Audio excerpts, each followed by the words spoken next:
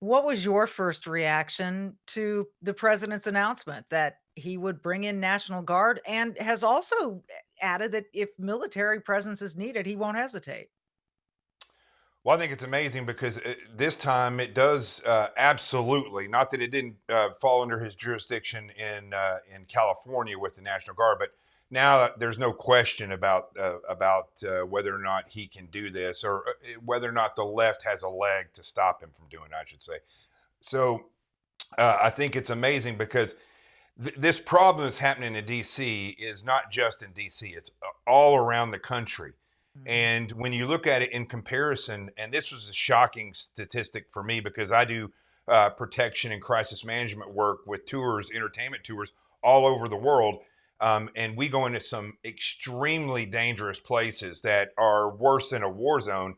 However, the homicide and crime rate in places like DC, Chicago, Baltimore, other locations around this country are just as bad.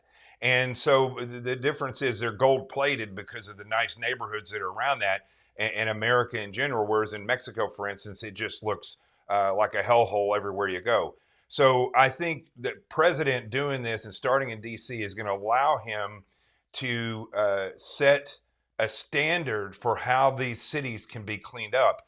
And if that standard is followed, and in cases where he can actually get involved, that's what I would like to see. We've gone too far.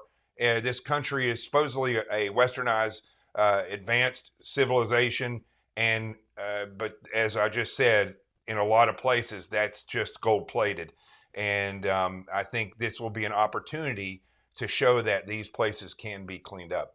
Yeah, you do wonder if this could be a blueprint for other cities like the ones you mentioned, Philadelphia, Minneapolis, I would throw in there. There are a number of them, Los Angeles. Oh, a lot. There are quite a few of them where people just don't feel the safety they used to feel. And you mentioned having the leg to stand on. This is the District of Columbia. There are policies in place where the president can do this legally.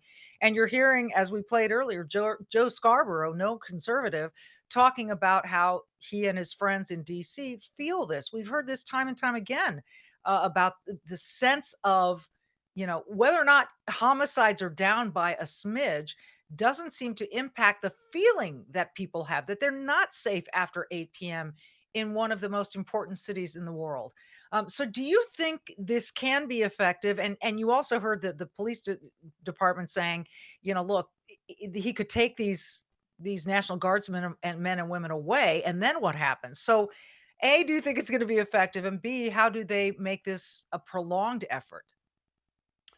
Well, I do think it's going to be effective. The prolonged effort is going to be the hard part because there are no more criminals than there were before. The crime rates go up, but it's not like there's all of a sudden been a breeding of massive amounts of criminals out of nowhere.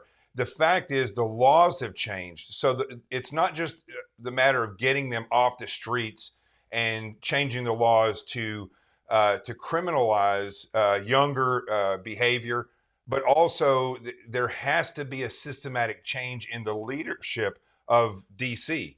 And that's going to be a harder thing because this is something that surprises most people when you come to this realization. The military, the operators, the trained warriors in the military, we don't determine who we go to war with. We don't determine when we do that. That is politicians that do that. That's why we lose wars. And in the case of law enforcement, it's the same thing. It's not the officers on the street that are determining how we're going to police. That's politicians. And until we get the right politicians in place and political leaders at the top of these law enforcement agencies, it's going to go back to the way it was because they will just fall right back into the hole.